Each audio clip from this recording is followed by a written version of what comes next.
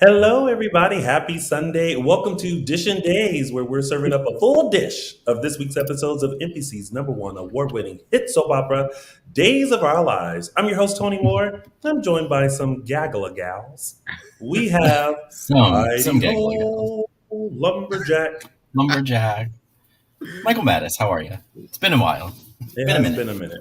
You've been gone for a minute, but now you're back with the jump off. The And who? The down what? below, we have the hopefully Weefy continues to work in his favor. Yes. We will see. It's not as hot today. So Justin Hareld.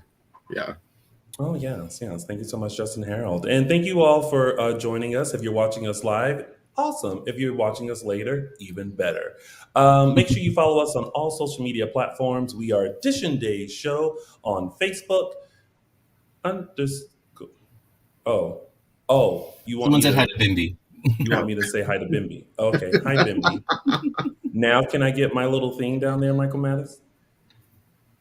Oh, yeah. I was like, I don't know. Can you? Is that the first time you said that? One job. One job. I'm focused on my dog. Isn't he cute? Well, you Curled know up what? in a little ball. For an hour and 15 minutes, let's focus on Dishin Days and where you can follow us on all social media platforms. We are Dishin Days Show on Facebook, Dishin Days on Instagram, and underscore Dishin Days on Twitter. The @ is currently laying beside Bimby and looking at Michael.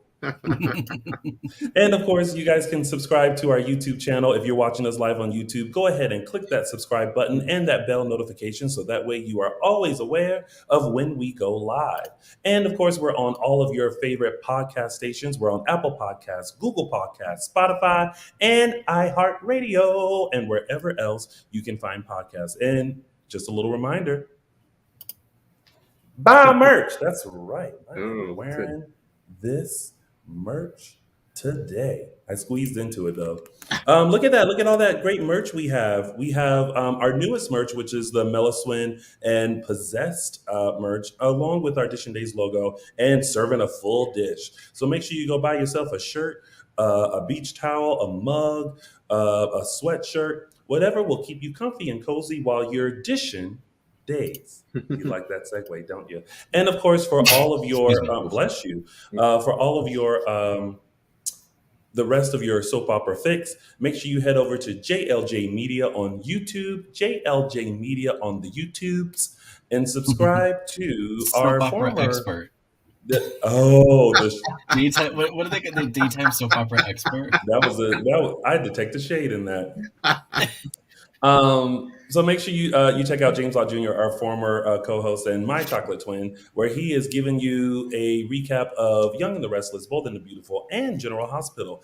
And shout out to James Law Jr. for being featured on People.com. That's right, PeopleMagazine.com, talking about the Steve Burton tea. Yes. So if you want to hear his thoughts, then make sure you go to people.com and listen to the CEO of JLJ Media and podcast extraordinaire, James Law Jr. All right. Now that all of those church announcements are done, what do we think about this week's of days? I enjoyed this week. We had a lot of movement, a lot of things happened. More towards the end of the week, but I enjoyed it. Yeah. I thought the end of the week was a little better. It was good for me. Not like great, but it was good.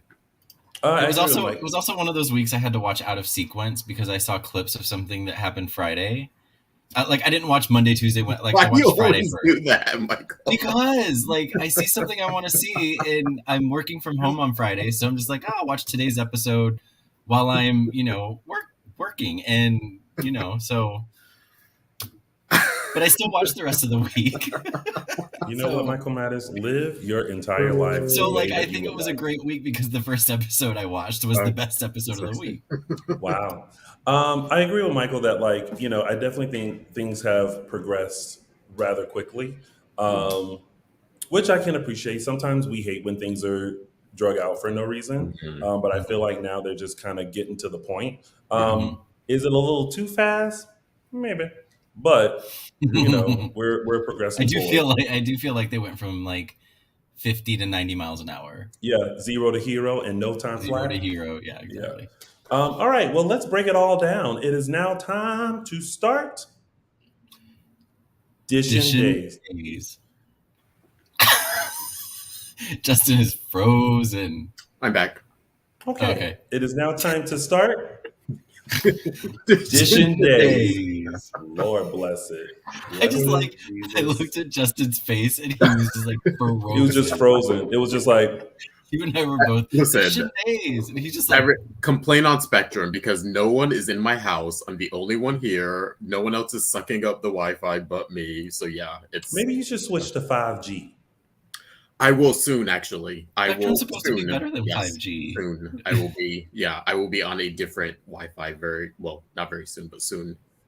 Okay, oh good. And Araceli is not with us today. She has a house full of kidlets and mothers.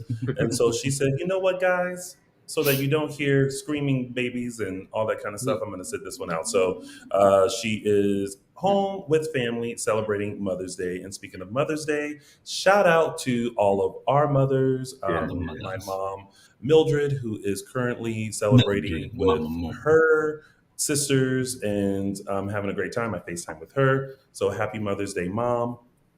Yeah, my mom's in Florida, probably feasting on seafood as she usually does Mother's Day, courtesy of me, of course. But yeah, happy Mother's Day to all the moms. Happy Mother's Day. Oh, yay. Oh, happy Mother's Day. All right, so what were we talking about? Days of our lives. I think. Yeah. All right, let's start off with AlDevil, Ciara, Ben, Susan, Johnny, Marlena, Jake, Rafe, Chanel, and Paulina.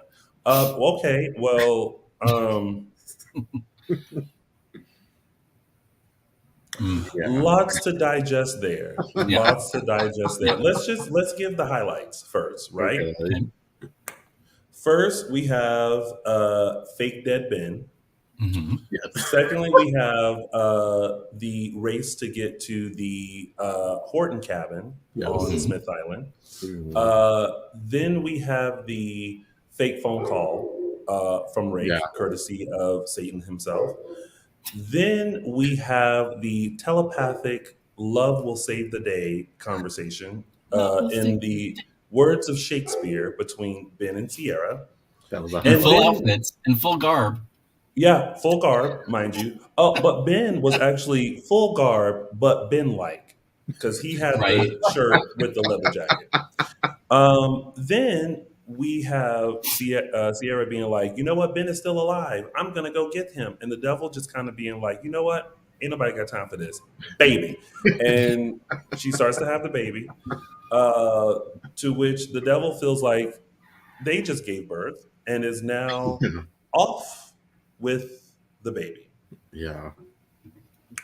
Lots to unpack here. How do we feel about the progression of the devil storyline? I mean, I think, we feel it coming to a close now. Like the entire agenda for the devil since the devil arrived was this baby. And now the baby's born. And I think next we're going to see an attempt to do whatever the devil was trying to do with the baby. But I have a feeling it'll be foiled by somebody. But I think we're finally like on the what do you call it? Downslope for this storyline. They're finally getting to wrap it up. Yeah, the same. We still don't really know what the overall plan for this baby was. I guess we'll find out this week. I also don't know if this was a pivot now because AlDevil sort of took over and came up with something else. I don't know, but I'm glad the end of this week we finally got the birth of the baby and we're moving on to something. We're moving on. Some of the other stuff I did not like. I had to roll my eyes at a lot of it this week in this story. What did you roll your eyes at? The psychic connection, I've never been that big of a fan of. The Ben Ciara, like the Allie Trip one, I think is more sort of rooted in something, but the Ben and Ciara, the Allie Johnny one? Allie Johnny, sorry, yeah. The Ben and Ciara one it always seems a little hokey to me, just yeah, it never worked for me. The whole like psychic connection, and not just like it's a feeling. It's also like they're now seeing each other, or seeing they're each other like and hearing each other, transposing and each other to. They're like I was almost said astro gliding. They're astro projecting. They're What is on your moving on. mind? They're astro. Don't be trying to move on from that quickly. They're astro projecting now their selves into like each other's space. Like so I mean it's I know it's weird to say it's ridiculous in the sense that we're talking about a devil storyline, but that stuff is just always kind of so hokey to me. I just yeah. And so and I feel bad. I just sometimes feel embarrassed for the actors whenever they do those scenes. everything okay over there? Oh, did y'all hear the door? Yeah. I guess. No, the thing is that I get what you're saying about the like that whole like telepathic talking to each other kind of a thing. And at first I was kind of like, but then it's very classic Days because Yeah. the super couples who are super in love and super in tune with each other were always able to feel, listen to, connect, and all that. So I just Yeah. it's one of those moments where you just have to go, you know what? Yeah. And luckily they didn't drag it out like too. I feel like it was brief. It was kind of they made it brief. Mm-hmm. They didn't go too far with it. And then they showed the a different connection because they've always tried to establish this, the twin connection that Johnny and Allie have. I just I found it funny when the devil realized like Johnny was infiltrating and was like, "Go away!" It was She like had Tourette's. Yeah, right. While holding the baby. I liked when Ben and Ciara were together, and she just goes, yeah, right. Oh, poof, gone. She literally just goes, it's like enough of this shit. like no. Oh, But yeah, and I love how Susan kind of comes in with all of her quirkiness and like is trying to get everyone to like tap into that sixth sense and try to reach out to their loved ones and stuff like that. And so like I appreciate that. Shout out to Stacey Hayduke if that's her continuing the trend of whenever she's around Ben. Yes. Making sure she gets feels his abs. some feelings in. Yep. Respect. Yeah. I mean, the devil can't stay Allie like forever and raise the baby. Yeah. So it raises the question,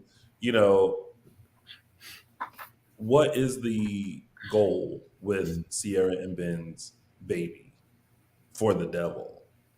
I mean, the assumption is like a devil baby, like in the next generation of devil. But did the devil need to like kidnap the baby? Couldn't he have just like they had just touched the stomach and been like evil? Oh yeah, I mean, given what the devil can do, yeah, probably that would have made sense, I guess, but that's not how it's going. Yeah, like we said, we still don't we never really knew the plan other than the devil was interested in the baby because of the genetics and propensity for evil, but they never sort of divulged what was going to happen. Was it going to be like a Rosemary's Babies thing where you just influence the child throughout its life and the devil would be there maybe as Marlena, like I don't know, or would take over other people and influence the life? I don't know. It just Yeah, I don't know. I don't know. Hopefully we'll see next week. Yeah. Next week, soon. Yeah, I feel like everything just kind of comes to a head next week. Hold on, let me just make sure I'm not jumping the gun on this before. Okay, no. I like that there is some reconciliation between Johnny and Chanel. Yeah. But how do we feel about a rekindling of Johnny and Chanel?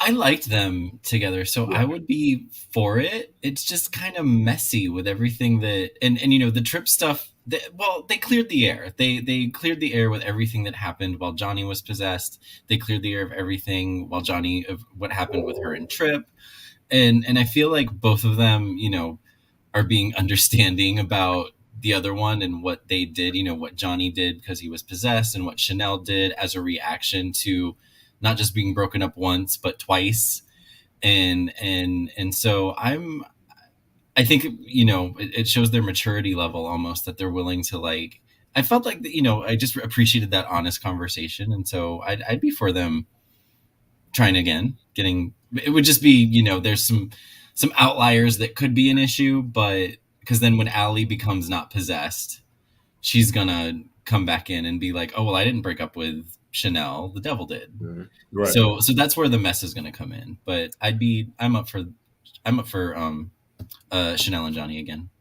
Yeah, I like them together a lot. My only issue now is that it seems like when Allie's saved or fixed or whatever, that everyone's sort of on an even playing field now, because Chanel knows both of them didn't mean to hurt her, they didn't mean to break up with her. But I always felt like it was always portrayed like there was a little bit more of a stronger connection with Chanel and Allie than there was with Chanel and Johnny.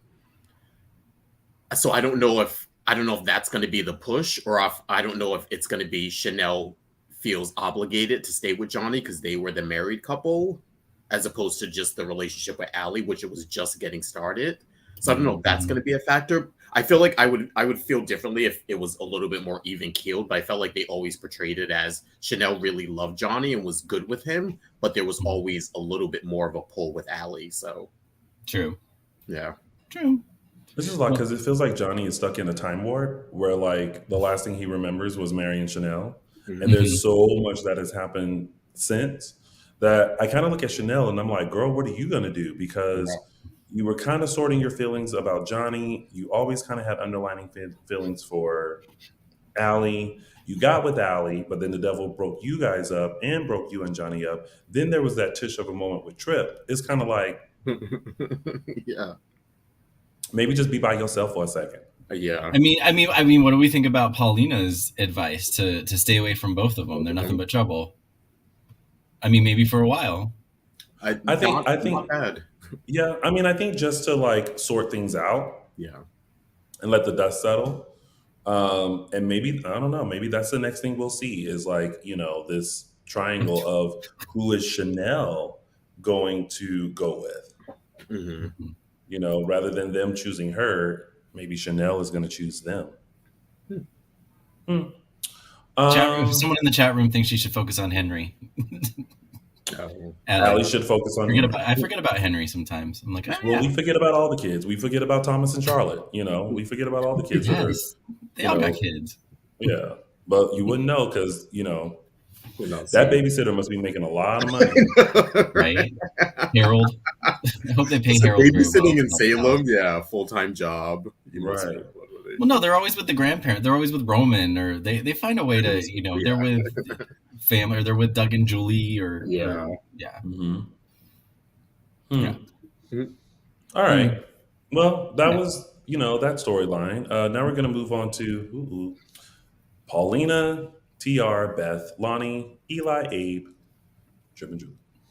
I want to say this storyline has been, I feel like, has been a perfectly executed, told story. Like sometimes you get, like, clunky storytelling and things don't make, not that they don't make sense, but it's just like, where are they going with this? What's happening? This storyline, like, had not a clear path, but was just very well-rounded, well executed, and now it's clear we're finally getting to, like, the Eli's woken up, he remembered exactly what happened, so now we're starting to the final. He remembered at the very end, right? Oh yeah, the very end of Friday, because that's the episode you started with. Yes, exactly. But no, I feel like this is just been very well executed, and now I'm looking forward to seeing what happens now that Eli's awake.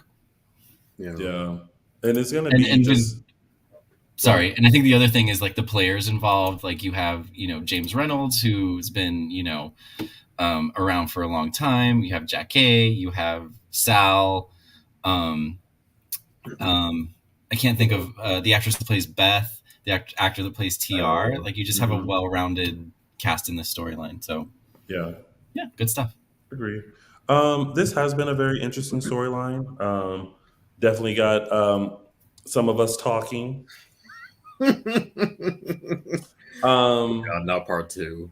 I feel like it's all about to hit the fan, and I feel like we're now seeing desperate attempts from TR, and I don't know. Like I think sometimes I hate when they take a new character and make them into a villain straight away. Because it almost just feels like they're there for an arc and then they're not going to be there much longer. But I actually wished that TR was there for a little bit. I kind of know what you mean. I feel like because I'm thinking that I wish, like you told me, they should have integrated him more a little bit with different people and had him on the canvas before they sort of showed his true colors, maybe a little bit more. Yeah. Because now we presume he's going to get found out and either sent away to jail or killed or something. But then what? Then what's the conflict? Like it was a short little pocket storyline of maybe 4 months or so. I'm glad Beth is alive. I'm glad of that. I think the actress. Oh, that Beth is alive. Yeah. Hopefully, fingers crossed. Like they find a way to integrate her into the storyline. That's what I was gonna say. Like I'm hoping that the outcome of this storyline is that we at least get a new character or a new mainstay character in Beth, because like I said, I feel like she's a strong player, and I think they could do a lot with that character. Yeah, but listen, let me tell you, if I were Beth, I would have already been done, had gone. You wouldn't have let him in your hotel room to begin with. Yeah, right. Like the fact that, I understand her having to go to the hospital, and, I was very glad, to see that, she was alive and unfortunately beaten, and that she was just there for painkillers because she had been through this before. But she talked to TR a little bit longer than I anticipated, and I started to get uncomfortable. I was like, the whole time I was looking like, girl, run, go, just be like, oh, slowly move back. Did you notice how when she got into the elevator, they did like the elevator doors very, very slow? I was like, what was that for? So that Paulina can be like, was that your ex-girlfriend?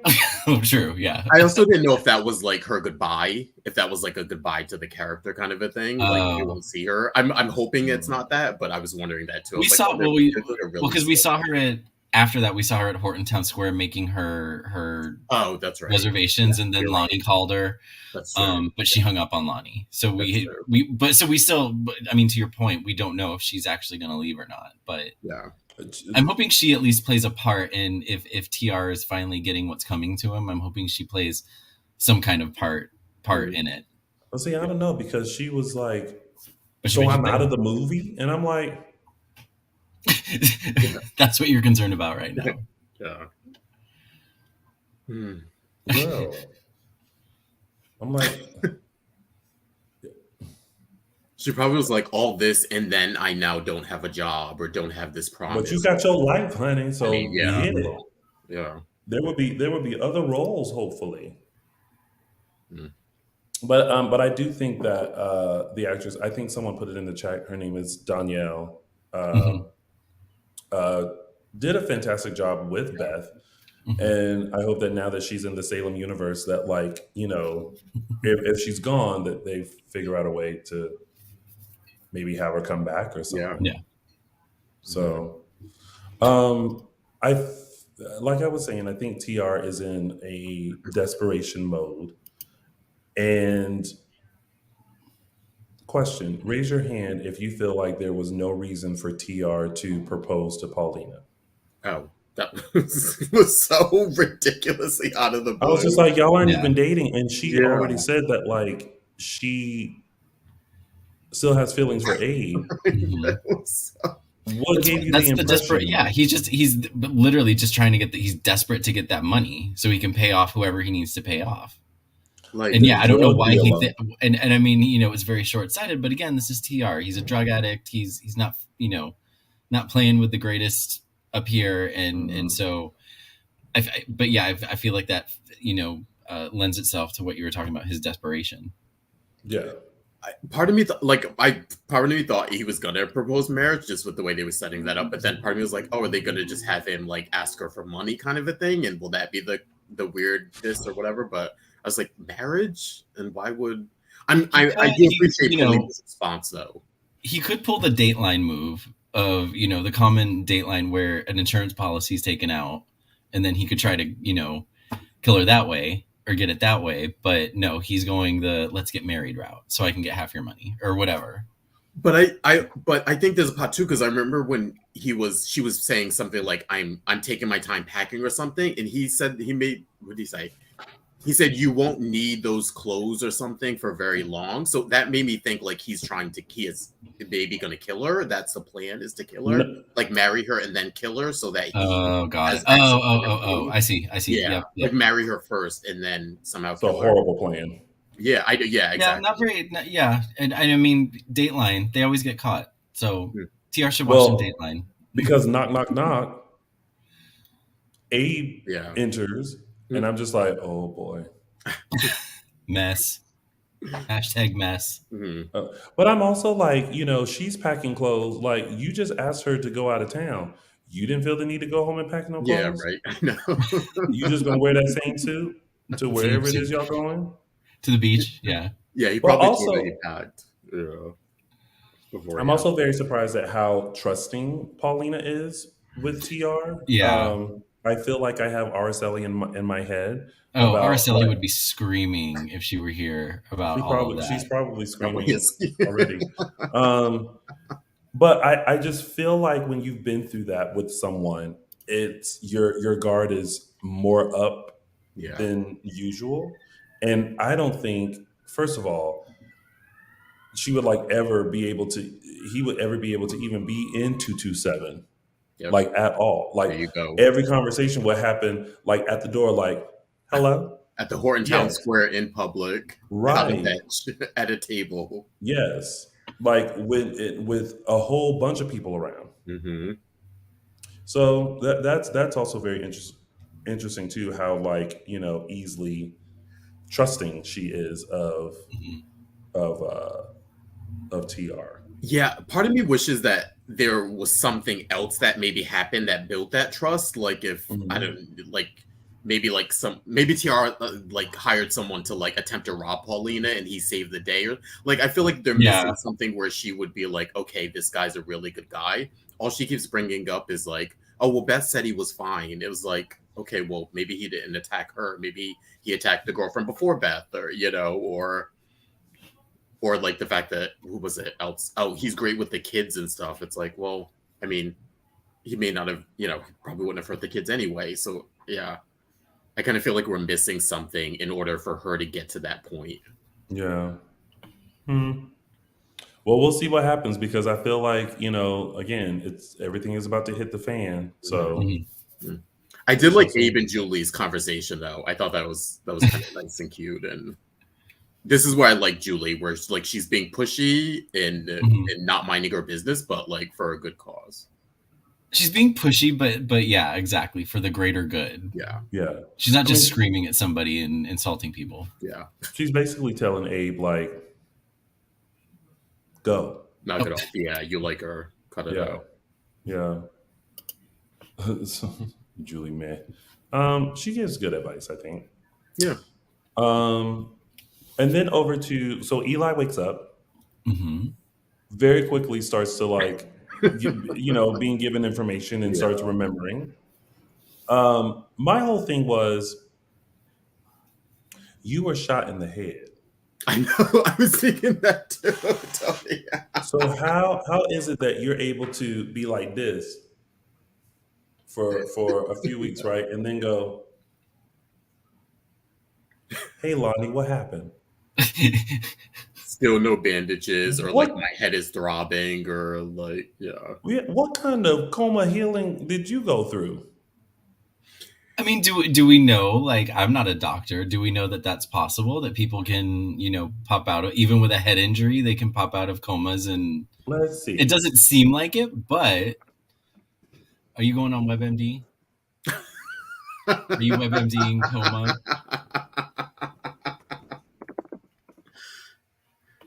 Okay, let's see. Um,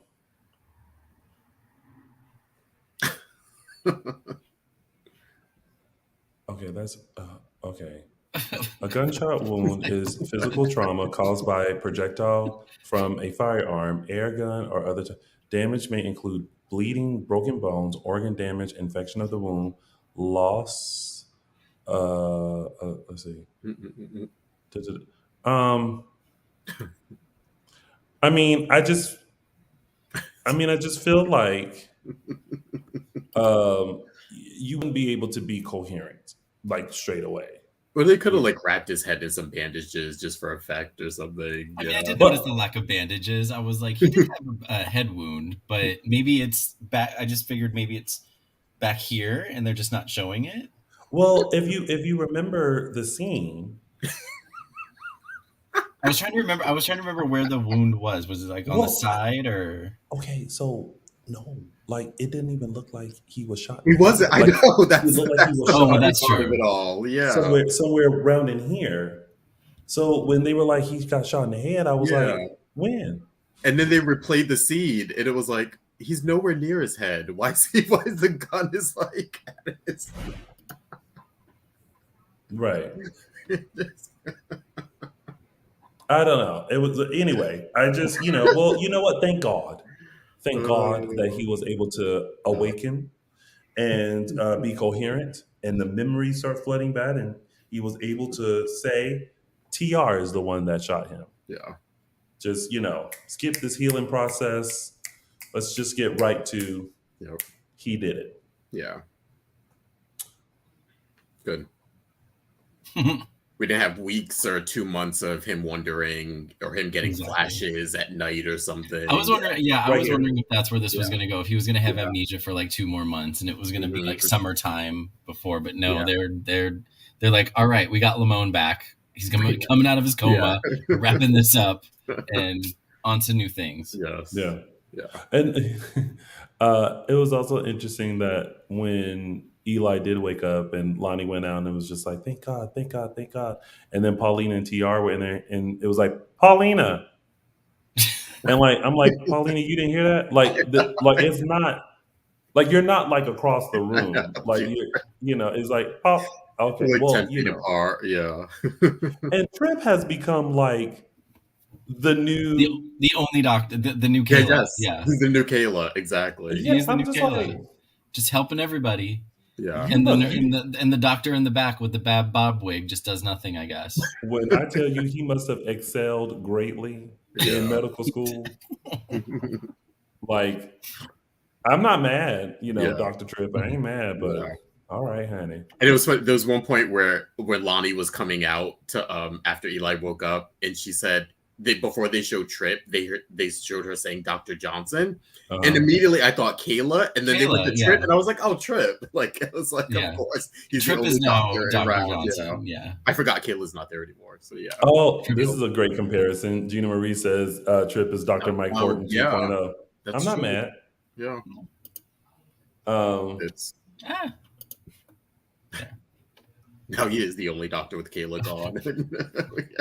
Soon he'll be head of surgery. I know, right? Next week. And then the following week he'll be chief of staff. Now that Craig's leaving. Him and Kayla fighting over it, right? I mean, the job of chief of staff may soon be open because that leads us to our next storyline, which is Craig, Leo, Chad, Sonny, Brady, Chloe, Nancy, and Clyde. Can we first talk about Craig and Leo? The scene between them when Leo was really just like pouring his heart out. I still felt very bad for Leo. Okay, this week I've found Leo very annoying this time around and very obnoxious and just very When? like Yeah, the entire storyline. Whenever he was out in public and he was like talking to people and acting all higher than he actually was, I found it obnoxious. And When he now was telling people, watch out, my pretties, I'm coming to get you. what this week? Yeah. Yeah. See. Okay. So see, this was the Leo I like, not the one that was trying to act all pretentious and act like something he's not. This is the Leo I like. The Leo we Wait, got what? this week. Describe that Leo. What? I feel like they Have like you been took him watching? and they turned him up to like 15. Michael Mattis, I have been watching. I watch them in chronological order. Well, good for you. Did you? But what? You may have missed a couple. But I'm trying to figure out what do you No, mean like by when like he and Craig were out to dinner and he would start speaking in French, or like the those moments. like kind of the overly flamboyant. Yeah, I feel like they took That his wasn't bitchiness Leo and wasn't turned like it that up. before. Leo Yeah. wasn't like that before. Like maybe a touch, but they stepped it up to like 1,000 Yeah. a few times, and I was like, okay, this is too much. He's like a cartoon character now. Like at He's least feeling before, himself. okay, I found it annoying. That's all I'm saying. My opinion. Anyway, this week, Well, I'm and not knocking your the end opinion. of the wedding, and then this week, I like this endeared me to him a little bit, and I'm like, okay, this is the Leo I remember. Like, yeah, he was kind of scummy, kind of skeezy, but he also we had with his mom and this background with his dad, like he had a heart. The Yeah. Leo up until this point, I feel like we didn't see that heart. We didn't see that that humanity in him. Like I said, he was acting like a cartoon character, but now and then I was kind of I wasn't sure how I felt at first about how Craig and Leo, like they ended on an amicable note despite what Leo did. And I at the end of it I was like, "Oh, I like that ending. I like that, they kind of ended amicably, and yeah, Craig dumped him and is going back to New York, but and we did get some kind of resolve about Craig coming out of the closet. That part wasn't forgotten, and I really appreciated that because that's what started this whole storyline. And it's like Craig appreciating that even though the relationship didn't work out and that Leo deceived him a little bit, that relationship still allowed Craig to finally accept himself for who he really is and come out of the closet, and now he can live his authentic life. And we got a final scene with Craig and Nancy, which I really appreciated, and they've established that they're each other's best friend now, and that's all good. So I liked all that stuff this week after all the months of just being like, ugh, it's so annoying. Well, I mean, Leo was always like a very like flamboyant, boisterous, like blunt But not to like character. the extent they made him this time. Well, I feel like it's because like I don't know. It's like he has his man, and he's back in town. He's like you know feeling himself a little bit. So now he's like being all high and mighty. Like even at the wedding, when it was like he was pointing things out and being like and saying what he said, it still felt very true to how he is. But I totally see what you mean by like, oh my gosh, like girl, calm down. And then we finally had this like tender moment. I still like how like shady and whatever he is or whatever. But just what I really do feel bad about is a couple of things. One, we said at the beginning um, about this storyline and how like wondering and worrying if we're doing this, if we're breaking this couple up of Craig and Nancy for this goal and kind of erasing everything that couple meant to the fans of Days. Um, for now to even end up with like them not even being together.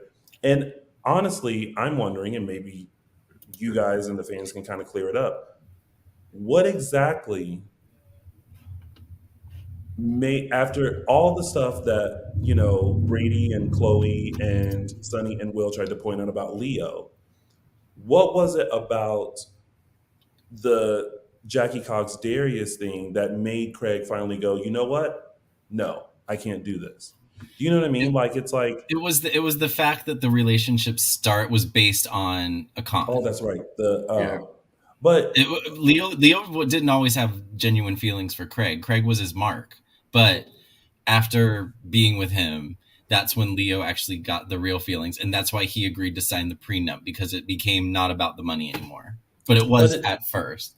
And then I think, Craig is still, I think he realized maybe he jumped into a relationship with a man very quickly because he was finally able, that, and I think Araceli, articulated it a little while back perfectly about how, he was excited to be himself. And, you can kind of, when you're in that state, when you're in that phase of your life, you can kind of jump into things very quickly and have blinders on. And I think Craig realized that, okay, maybe I had a little bit of blinders on, and yeah, that's my point. But is that a reason? Is that a reason to end the relationship, and maybe not just take a step back from the relationship and really maybe get to know? You don't afford this person a second chance. That's up to the person. In this case, it's up to Craig. If Craig doesn't feel like he can handle it, or Craig doesn't want to, then that's up to him. I mean, Leo did. Leo did deceive him. It turned into it was the same thing. We compared it to Eve and Brady. Their relationship started as like a con-ish, and they ended up. I mean, and they're broken up now. But I think for Craig, I think this was the right decision for Craig. Just be by yourself for a bit. Yeah. Be by yourself for a bit. Figure yourself out.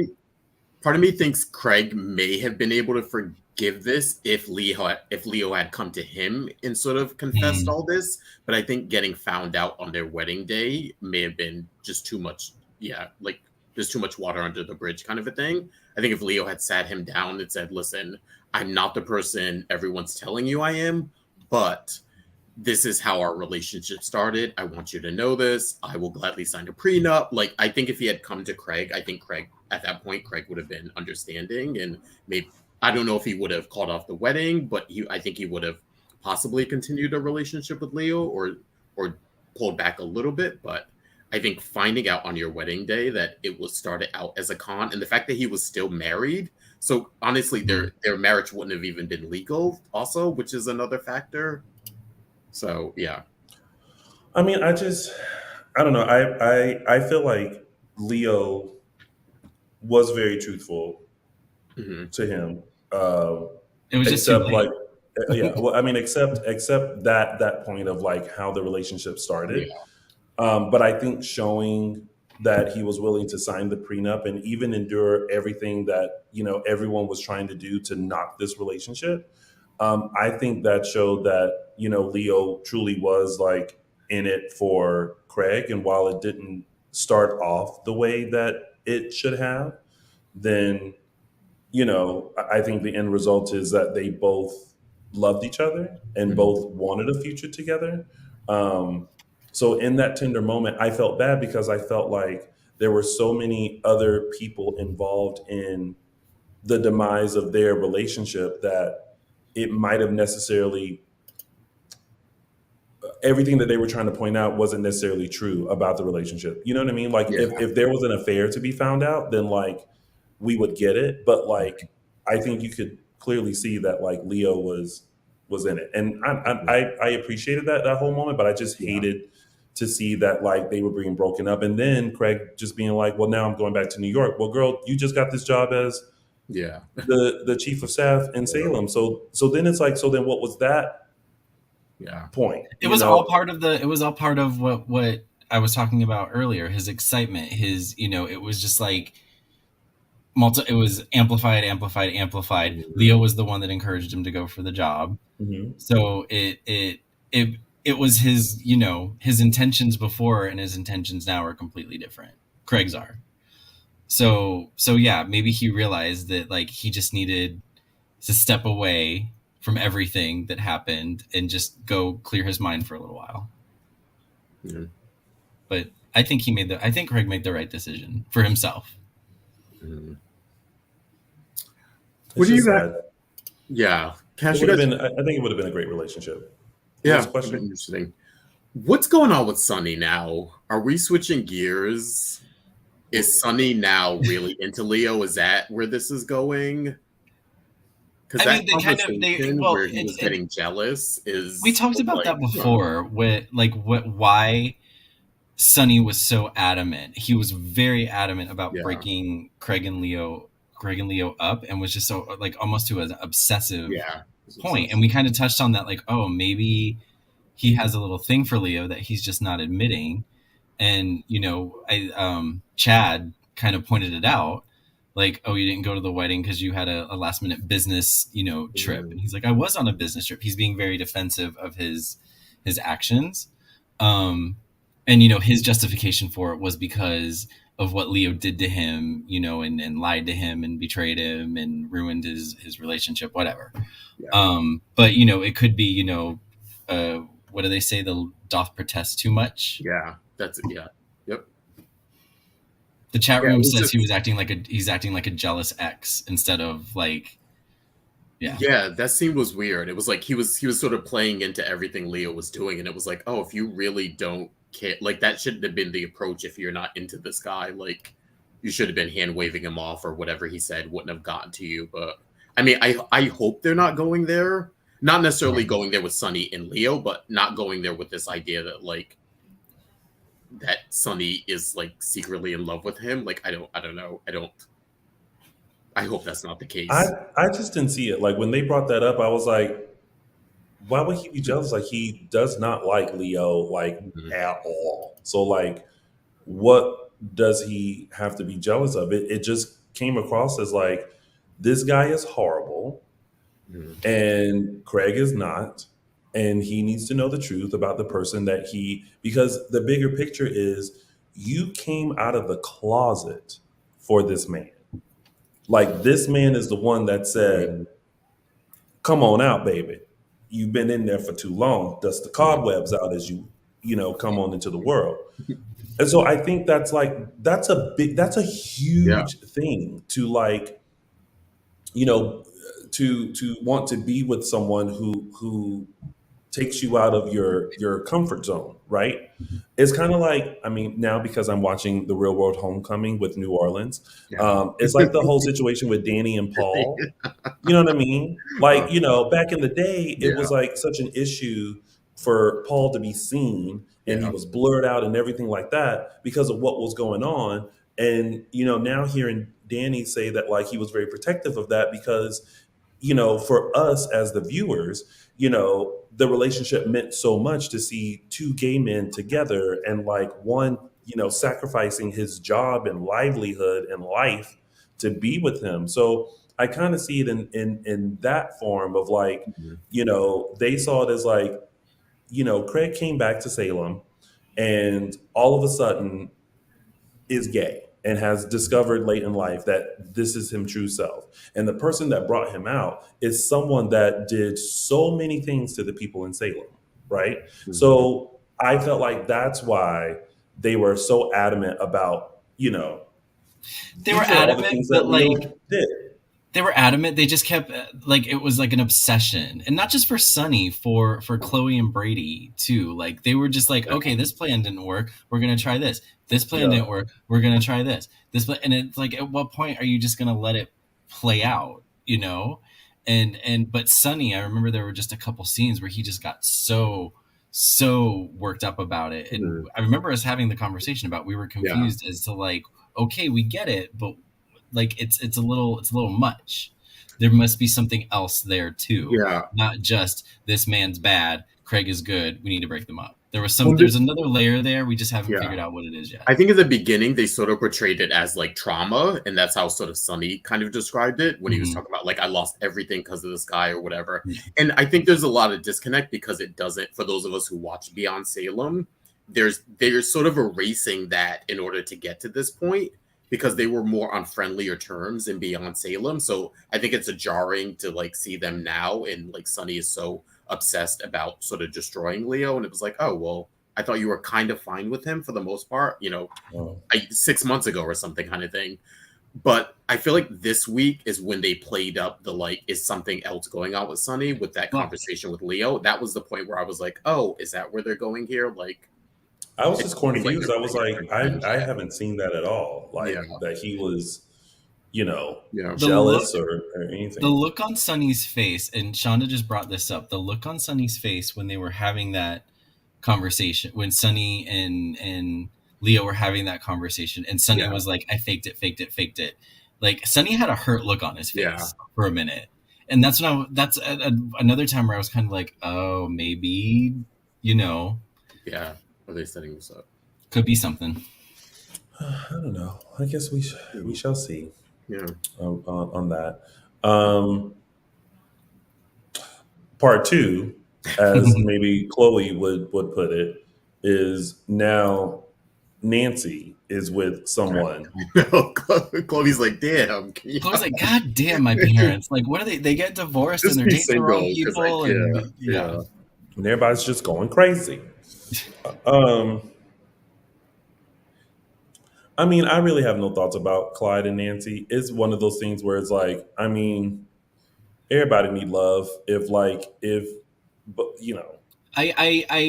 Their scenes, I've liked their scenes together, but I don't want to like their scenes together because Clyde is an effing scumbag and will always be a scumbag. And he hasn't gotten punished for half of the shit that he pulled back when he first came to town and was with Jordan and everything he did to Ben. The guy's an a-hole. But their dynamic is really good. So that's what kind of sucks about it. I want to like them, but I don't want to like them. I want to like them if Clyde really just goes on the straight and narrow. I don't want any more secret phone calls. I don't want any more secret missions. I don't want, He's already gone to EJ with a drug deal. So, I mean, it's already been established that he's not entirely on the straight and narrow. So, maybe, and then, again, that's why, like, it sucks that, Nancy, Patrika and James, they play really well off each other and they have a good chemistry. It's just that character is not redeemable. I know. I agree. I love their chemistry together. I like them together. The Clyde stuff is, I feel like we talked about this before where they're sort of hand waving the Jordan aspect of it. And I feel like if the Jordan past wasn't in the picture, I'd feel a little bit more better about this. But I mean, at the end of the day, he's what, a child molester? A child molester, a rapist. Like it's a child beater. And I know they want us to forget that. I feel like because James Raymar is so like charismatic and people like the character of Clyde, and also like, isn't Nancy just being just as hypocritical about this as she claims she knows he was in prison, but she doesn't seem to know. I don't think she knows why he was. She doesn't know the details. She can't know the details. If she knew all the details, So I hope we're not getting this storyline again from Nancy's point of view. I don't want that. I mean, we will, and it'll be fine. We'll see how this one ends. We wish them well in all their future endeavors. Oh, yeah, it's also a kidnapper. Add that to the list. Where there's that too. I don't know. We'll see how this plays out. Maybe it's just girls just want to have fun, and then maybe someone else will come in. Who knows? I will say though. Oh no! I will say that I actually do hate that Kevin Spiritus is exiting the show. I wish they had kept him longer. So that's all. Same. All right. Before we move on to our tidbit, just want to quickly remind you guys to make sure you follow us on all social media platforms. We are Dishin Days Show on Facebook, Dishin Days on Instagram, and _Dishin Days on Twitter. Make sure you subscribe to our YouTube channel. If you are currently watching us live, then make sure you go ahead and hit that subscribe button. And also take us along on a walk, on the treadmill, or in your car, on your favorite podcast station. We're on Apple Podcasts, Google Podcasts, Spotify, and iHeartRadio. Just search Dishin Days and you'll be able to find us. And Buy our merch. I mean, it's there for y'all to purchase. You know, I don't know why y'all don't like it. It's cute. Show them the picture Pause. of our There we go. merch. It's cute merch. You know, so get it. Get Thank it. you. All right, so let's talk about this one tidbit, which is Gwen, Abigail, Jack. Oof, oof, honey. Messy. How do we feel about Gwen? I wish, and it's just, you wish you knew. I don't think we will ever get a final word on what happened with Laura. She's saying she only said it to like get the last word and to get under, get Abigail's goat as kind of like a revenge for outing all the shit she did. But then, and she's like, oh, I just did it. But it's like, did you? And I think that's the frustrating point for me. And if that's what they're trying to do to viewers, it's working. But I want to know. I want to know whether she did that to Laura or not. Do you feel like she did? Yeah. Actually, what do you think? Yeah, we had this discussion. Actually, I'm interested in your opinion, Tony. We had this discussion when it first happened, and I think we were kind of split on it. I think she didn't kill Laura. It was an accident, like it originally was. I think she's saying this just to get at Abigail, and I think she especially said it at the wedding because she said she was in handcuffs. And I think she's playing with Abigail now because she knows this is the one thing she has to get at her. But I don't think Gwen really killed her. I think what we saw at that time was what happened. I also think we got a lot of private situations with Gwen. I think there was one where Gwen was at Laura's grave. So I'm saying I don't think that stuff is now retconned into now, Gwen murdered Laura.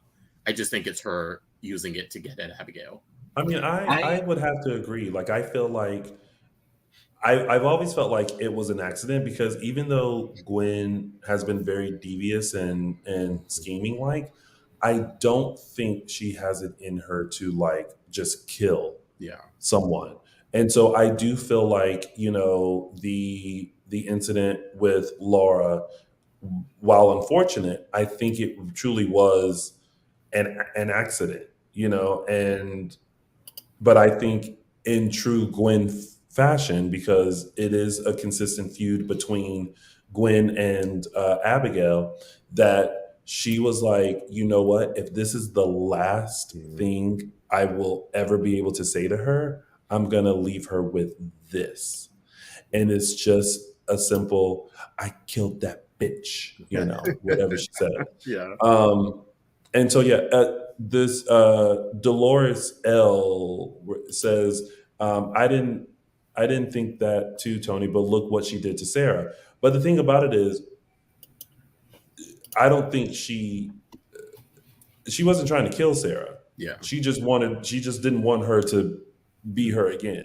Yeah. So she gave her that dose, feeling like, I'm not going to give her the antidote to get better, but I'll switch it out for this, so that she doesn't get better. Not to kill her, but so that she doesn't get better. So, there was a moment when Jack was in with Gwen in the police station, and he was kind of, in a way recounting everything she did, or Jack said something to her about maybe like being forgiven for her, for her misdoings and misgivings. And she said something about even murder. Yeah. And so the fact that she kind of brought it up, I was like, oh, maybe. But then she backtracked and said like, oh, it was because of, what she did to Sarah and that it could have killed her and it didn't, whatever. That was kind of the gist of the conversation. I don't remember it word for word, but I feel like she kind of almost admitted it. Well, I actually took that a couple of different ways. I thought she said it because I thought she said it because maybe she thought Abigail and Jennifer told Jack. So I think she was saying it in that sense, but I also took it as, even though she didn't mean to kill Laura, she still did it, kind of a thing. So I took it as not accidental. Like even though she did it. Oh, I see. Got it. Yeah, like okay. She's saying it technically was still murder, I guess. I mean, not technically, but you can. Yeah. They could accuse since she said it, they could accuse her. She could be possibly, that's what tried for, I even if it was an accident. Yeah. But it's very interesting. It's like it's an interesting thing because I think we all like the character of Gwen, and I think we all empathize with the character of Gwen. We don't like the things that she's done, but like aside from that, like she's a very complex character. And someone mentioned Jack and how he's a lost cause. I think again, there's a lot of guilt that Jack has, and maybe he feels partly responsible for Gwen being like this. The fact that he didn't know about her and that she did grow up, a hard life. And I think he tries to be there for her as much as possible because, like he said, it's never, no matter what you do, it's never going to change the fact that you're my daughter and I'm your father. Yeah. He also said something this week too that was interesting. He mentioned like the Johnson genes, which they've never sort of, at least from like Jack and Steve's point of view, they've never brought up. But like the fact that like they were, Gwen fits in with that side of the family to a T, and she, quite honestly, Jack and Steve have probably done on par when they, their sort of histories are very murky too, and are just as bad as Gwen. So I like that he at least addressed that of like, this is our family history. Like as much as I'm horrified about what you did, like it's in line with how our family has been in this town for the last 40 years or so. So the reason I'm I had hopes for Gwen. I tried to stay on her side when she lost me was when she switched that serum. And I said that when it happened, I was like, nope, I can't root for her. I can't feel bad for her. She knows what she's doing. She can't boo-hoo because I had a troubled childhood her way out of this one. Like she knew what she was doing. She intended to do it. But isn't it what everyone in Salem does? No empathy for me, huh? It's what everyone in Salem does out of desperation to keep their man or woman. They do something. And we're not always on their, and we're not always empathetic to them. No, And that, this is true. and up until that point, because of Gwen's history, I feel like, I gave her kind of a pass, and I'm like, you have it in you to be a good person. You have it in you to be decent. You just need to mind the choices you make, and you're making the wrong choices, and you're making the wrong choices. So also that we talked about this too, is that it wasn't just like we talked about. Gwen could have easily switched it with like a placebo or put like saline in there, but she specifically gave her an extra dose knowing that it would mess her up, as opposed to just, she could have put water in the thing and been like, okay, Sarah's going to stay how she is. But the fact that she specifically, she's had enough chances, was sort of like really vengeful. Yeah. But I do like Emily. Emily, like, that's the part I like, is that Emily plays it so well. Yeah. Oh, Emily does, and has been doing an amazing job as Gwen. And just how she was sitting there, like you felt the pain, you felt the loss, you felt so many things that Gwen should be feeling in this moment, and she was able to interpret that, even sometimes with just a look, or just a pain in her eyes, or a glimmer of hope. I went on that journey with her, so good job to Emily. I went on the journey with her, but I still didn't feel empathy for the character. Well, I mean, you didn't have to feel empathy. We're just talking about her acting ability, Michael Mattis. Well, her acting ability, I've already said, she did very well this week. So I still love that. It's almost like Abigail came in again with the person was like, more tea. So I know, right? So this is now what she said. Now I have revealed everything that your plan and all that kind of stuff. And there's just one more thing. What you said to me. How about them apples? And then she always says like, she says it verbatim. Oh, she's always, and Gwen said, and I quote, and I was like, you better quote it, sister. Quote it. Abigail's just in her, like she's enjoying it, and I won't take that away from her, but she's like reveling in it a little too much sometimes. It's like, but I think there's also a moment that we can see where she just kind of looks at Gwen and is like, you're just a sad trash. Trash, right? Really. Just as I thought. Mm-mm. Trash. It is trash. So this will be interesting to just kind of see how this story unfolds and propels, and I hope this also doesn't mean this is the end of Gwen. I know. I'm hoping not. I hope that I doesn't was happen. surprised when she didn't use the antidote to get like immunity. I felt like I was like, oh wait, are we going there? So I don't know. Does she have something up her sleeve? Is someone going to come to her rescue? I don't know. I tell you who's not coming to her rescue. Ava. Who sold her out? I don't know. I think we gotta get some sort of Ava Gwen, not showdown, but at least a scene to like. I mean, I need a cat fight. yeah. Oh, that too. Yeah. Yeah. All right, and that was your week of days, everyone. And now we're going to go into our favorite part of the show, which are our segments, and we're going to start with mine, which is Tony's official 3 Snaps Award. Oh, snap. Snap. All right, so my 3 Snaps Award goes to Art Imitating Life. Because just last week, 2 of your hosts here on Dishin Days had the exact same conversation as Lani and Abe. And as I watched this scene played out, I kind of was taken back to last week. And last week, Araceli was Abe, and I was Lani. And I thought to myself, wow, days, you guys know us. So, for Art Imitating Life, James Reynolds and Sal Stowers, also played by Araceli and Tony, you get Tony's official 3 Snaps Award. Oh, snap. Oh, snap. And now it's time for Caption That.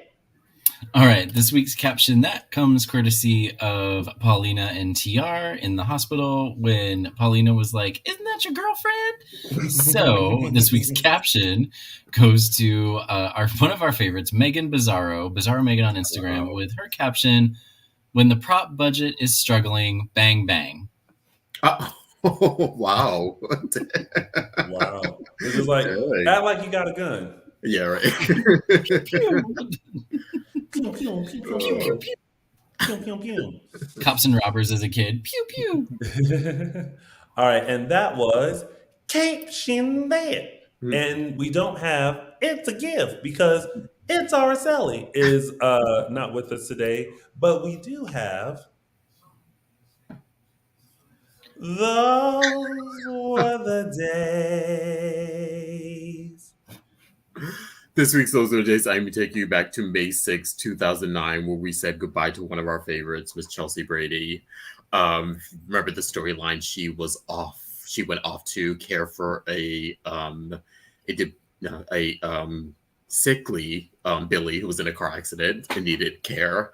But yeah, Chelsea Brady, aka played by Rachel Melvin. We also got some really great scenes during that sort of goodbye sort of phase when she was leaving, where she said got to have really some heartfelt scenes with people, especially Christian Alfonso, who she was in sort of turmoil with during the course of the show. She was on about 5 or 6 years.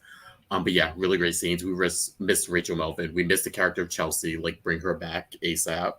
But yeah, that was May 6, 2009, where we said goodbye to Chelsea Brady. And those were the days. Love it. Oh, also, if you guys, we did a few years ago, we actually did an interview with Rachel Melvin. If you guys want to check that out. And I do believe she created a podcast called How Bitches Are Made. So you can look that up and check that out. But shout out to Rachel Melvin. Miss you on Days of Our Lives. Yeah. You know what? She will be good for someone to like come back into Salem.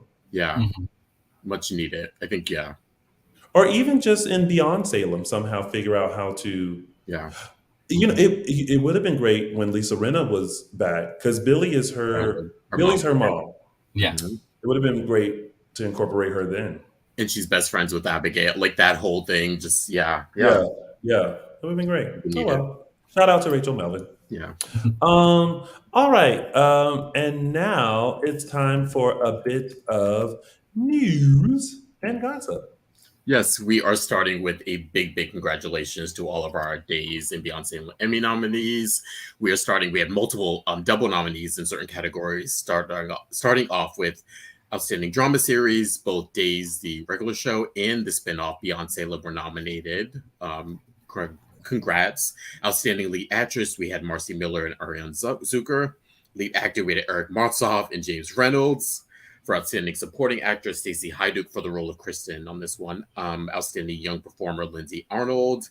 And Outstanding Guest Performance by Michael Lowry, who many of you remember as Dr. Clay Snyder. Big surprise there, but big congratulations to all of our Emmy nominees. And we will keep our fingers crossed. And speaking of Lindsay Arnold, not only did she get the surprise of the Emmy nominee, she also got a really lovely surprise from both Victoria Konefal and Raven Bowens, who put this little surprise together for her.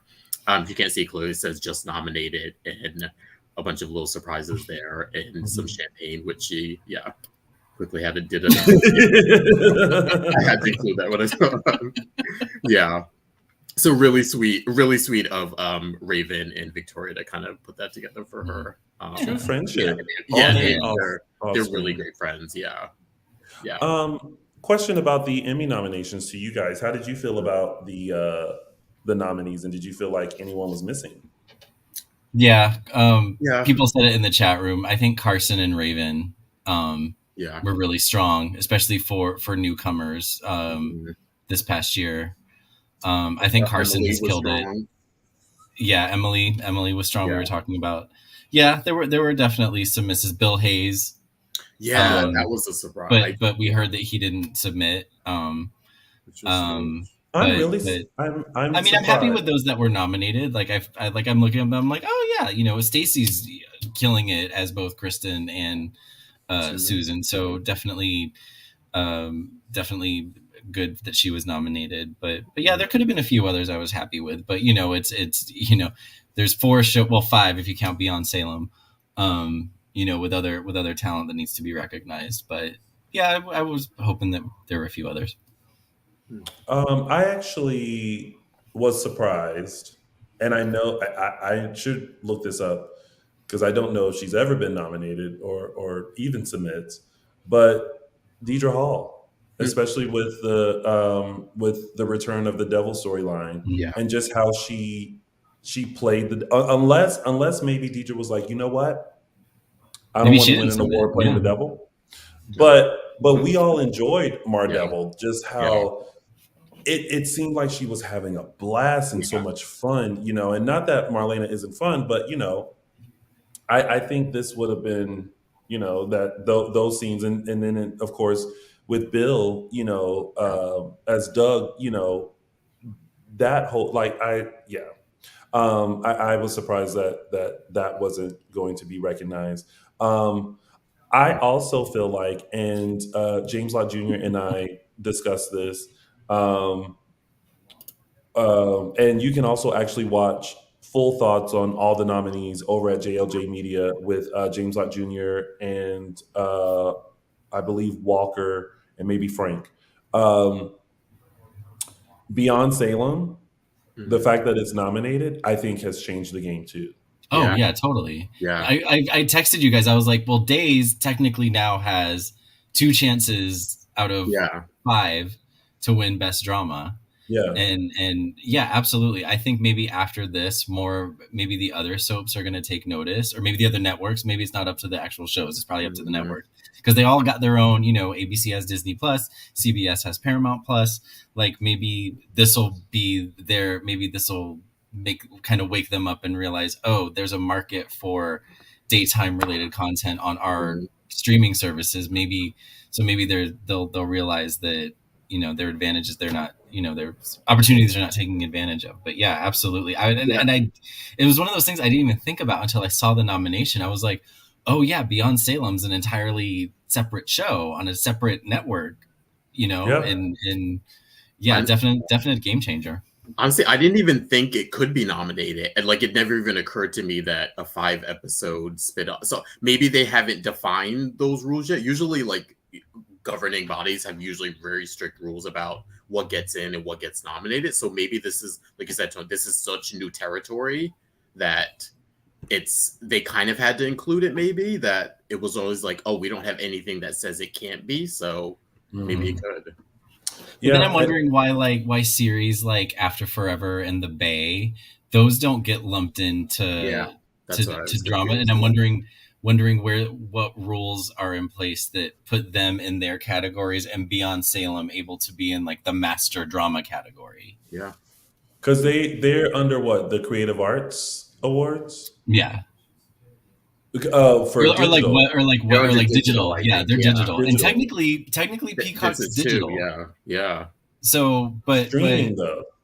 It's streaming, but I mean, you can, you know, Amazon is streaming, Amazon Prime, where After Forever was. That's streaming too. And so is Studio City. And another good example. Yeah, maybe because it's backed by a network. Maybe. Yeah, maybe. I mean, maybe that's where NBC, maybe probably, that could be where the. It's interesting. It's interesting. It's a thinker. Yeah. Because maybe it is okay. So, what if it's because it is considered a spinoff of the main show, right? Mm-hmm. Whereas like After Forever and Studio City and The Bay are actual just like its original shows. Yeah, that could be. Maybe that's why it was, because it's considered an extension. It's a spinoff of a network show. Yeah. That could be. Yeah, it's interesting. We should get some. We should get some Emmy folks in here. Look at you, like, why y'all do Michael this? Madden. Why y'all do this? What y'all do this for? I'll put my Murder She Wrote cap on, and spoiler alert: I'm not going to figure anything out. I say I am, but I'm not going to. I do too much already. Right. All right. Keep us going. News and gossip. Sorry, I just had to find out like what you guys. No, yeah, it was interesting. Yeah. Speaking of Beyonce alum, we have some little Beyonce alum 2 news. It is now confirmed that Mr. Seaburn, who we've talked about, is joining the show, will actually be reprising his Days of Our Lives 1988 character, Harris Michaels, who was again, we talked about this before, he was only on about maybe 2 weeks, a total of like 10 or 12 episodes. He was sort of a little bit of a love interest for young Eve back then. So I don't know if that's a hint that we may get an Eve, some version of Eve in this, or if I mean, it's weird because it's weird for them to give him this character who wasn't really substantial and to bring him back as this person. So I don't know where they're going to establish the newfound connection. Maybe I don't know. You know, the thing is, since he wasn't a very well established character, it's basically like they can bring the character back and make anything they want up about him. I'm just wondering because we do know that it's going to be tied to something in the past, so maybe it'll be tied to something that was happening when he was on the show for those few episodes. I don't know. But we did get confirmation of that. And speaking of Mr. Steve Burton, we have a little, I wouldn't say gossip, but we have a little clarification that he himself has put out, so that's why we're sort of addressing it. He and his wife of 20-something years have split up. And for those of you wondering, he is not the father of his wife's child, current. He is not. Mari tweeted that. Mari tweeted us and told us that he was not the father. He is not the father. I think what happened was people were congratulating him about his wife being pregnant, and he had to sort of clarify that they have been separated for a while. He didn't specify how long, but that his wife is clearly pregnant and that he is not the father of that baby. So, from the horse's mouth there, you got that. So, just a little Steve Byrne information there. Well, and it also, like, apparently he's very quiet about his life, exactly. Personal. So the fact that he even put out a statement is very jarring to a lot of people. You know what? I just wish them both well. Yeah. But it ain't my business. Their hearts. Exactly. Yes. Next up, we have some new content for the Dave's YouTube channel. Some of it completely brand new and some of it brought over. We now have, I believe this is from Day of Days. We have Carson Boatman hosting a version of the trivia game with Lindsay Arnold, Raven Bowens, and Brandon Beamer. Check this out, please. It's really cute. It's really cute. I watched the whole. Usually, cute. Usually with these, I watch like a couple minutes. And I'm like, okay, I watched the whole thing of this. So Yeah, it's the very chemistry with them, and it'll be surprising who knows what and like where they decide to pick questions from and what time period. It was actually really interesting. I find myself being a little stumped on a few of the questions too. So go check it out.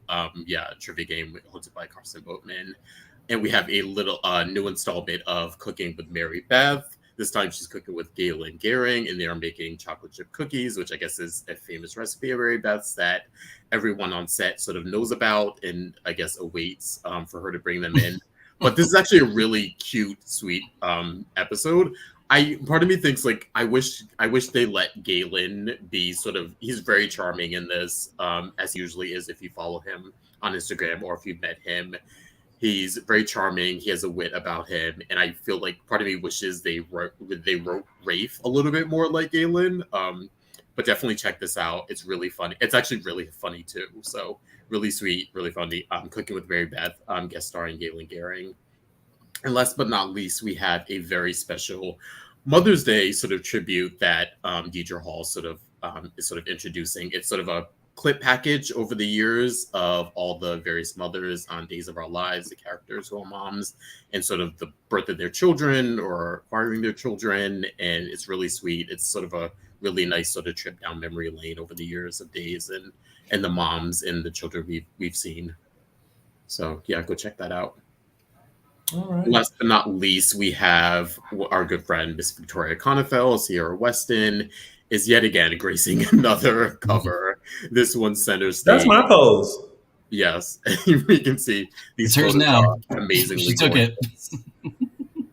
Yeah, photos are just. I mean, Victoria always looks great, but yeah, these photos are gorgeous. You can also check out the article. All information you could find at Magazine Center Stage on Instagram. But yeah. Gorgeous shots. I mean, hello. Yeah. Motto. She looks gorgeous. Yeah. That wraps up to you. All right. And that has been your news and gossip. And now, ladies and gentlemen, it's now time to find out what is coming up next week on this week's episodes of NBC's #1 award-winning soap opera, Days of Our Lives. There's a chance that the antidote can still work. Gender? Your biological father shot me in cold blood.